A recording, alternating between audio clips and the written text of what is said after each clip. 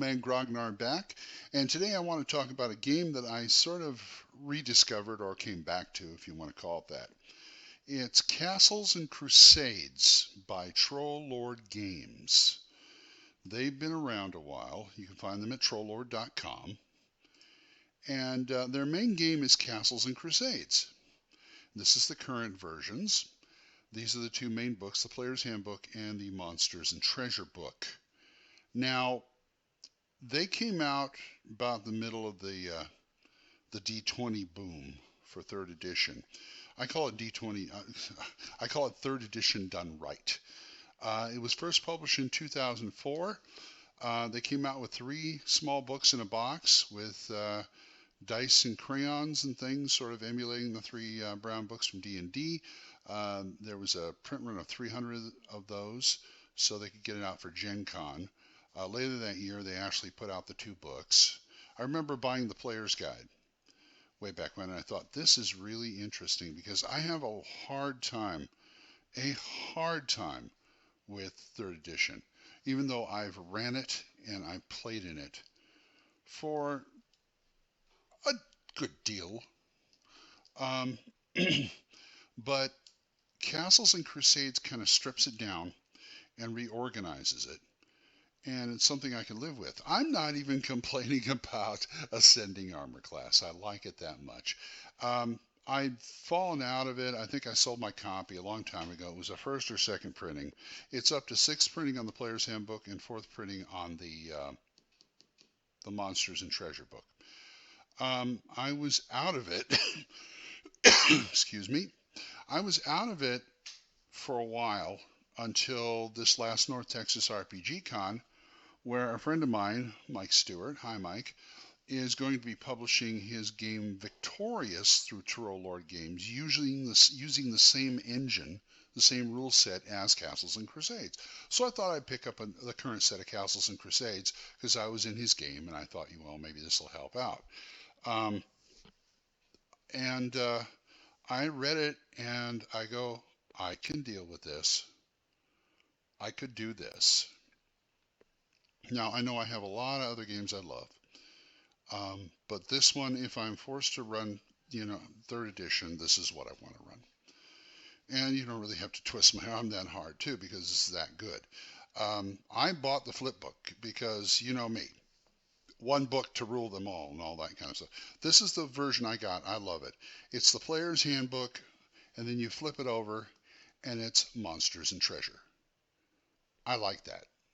2 books in one. You can get that through the Troll Lords Games website, and I'll put the address up there again before I sign off. They also have one called the Castle Keeper's Guide, which is kind of helpful, but the other 2 books, the Player's Guide and the Monsters and Treasure, is all you need to run it.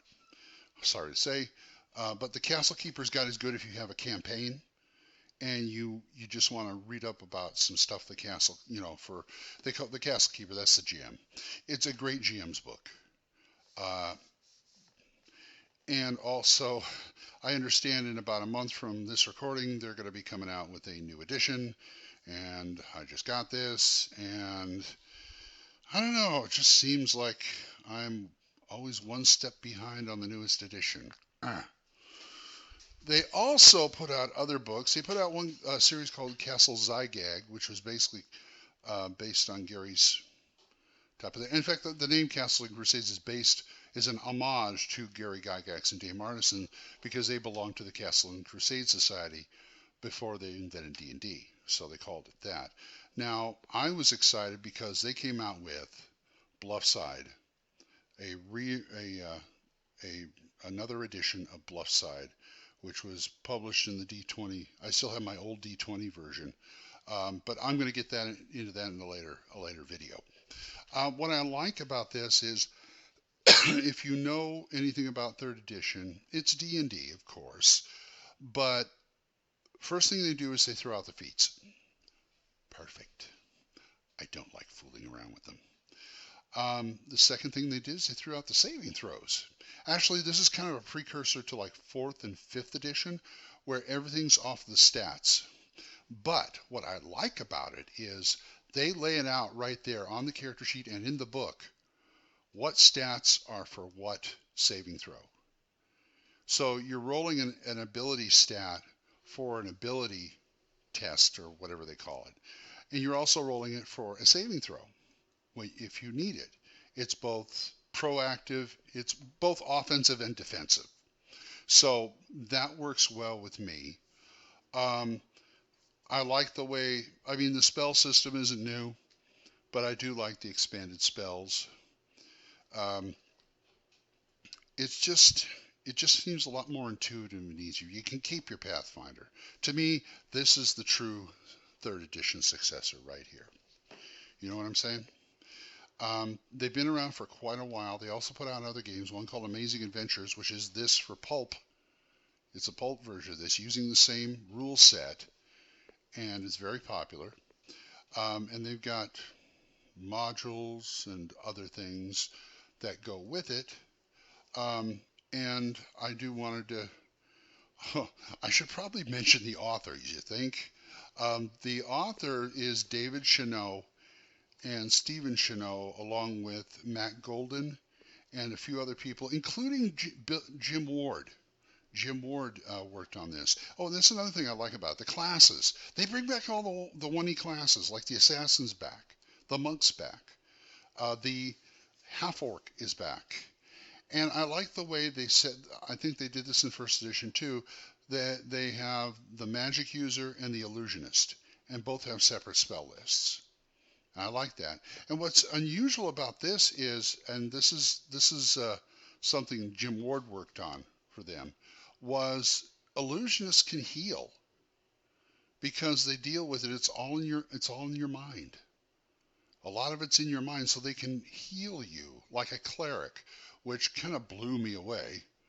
But it's like, okay, because he's got this interesting take on the illusionist, and you have to read the book, but it's an illusion, but it's not an illusion. It's kind of like messing with your reality in your mind and things.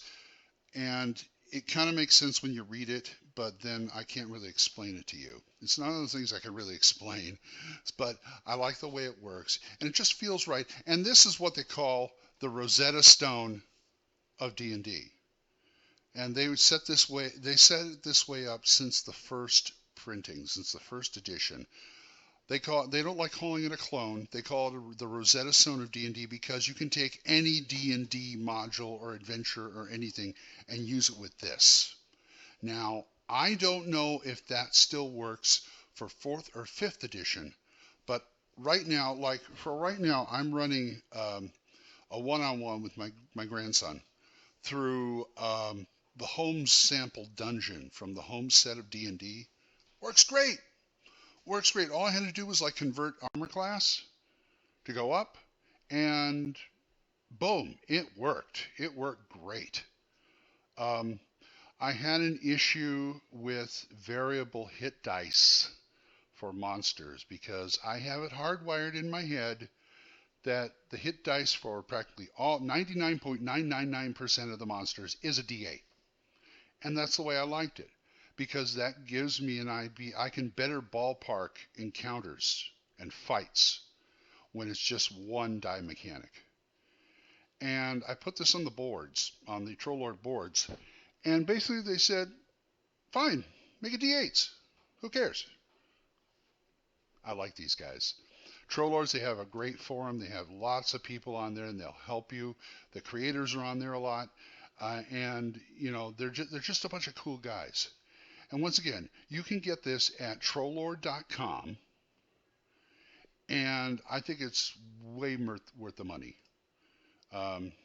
I got mine half price because it was the convention, but still, it's worth the money. This book right now, the flip book, is about $30, $29.99. And I believe if you get them separately, they're, I think, the same price for both of them. But you can, this one's a bargain. And also, they sell this. I wish I knew this at the time. They sell this in digest size. I love digest size, as you know.